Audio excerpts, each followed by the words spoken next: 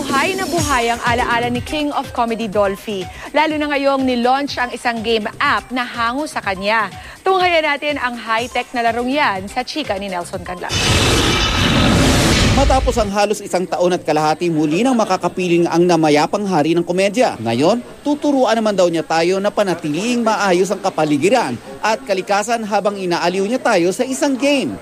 Enter Dolphy Cleanup. Ito ay isang game app na pwedeng malaro sa inyong mga smartphone at tablets. They decided to come to us. Sinabi nila, kinonsult kaming Quezon family. Tinanong kami kung gusto namin magkaroon ng game. Ang daddy ko, sabi ko, why not?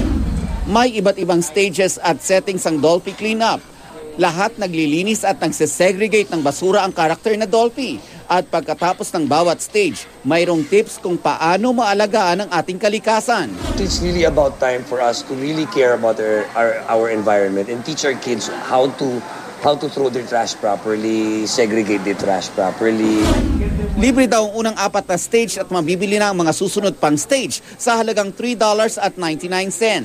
Bago raw magpasko, pwede nang i-download ang Dolphy Cleanup sa App Store at sa susunod na taon, sa 2014, available na ito sa Android. At ang maganda raw nito, hindi lang dito sa Pilipinas pwedeng paglaruan ito, kundi may enjoy na rin ito ng mga fans at ng mga kabataan sa iba't ibang parte ng mundo.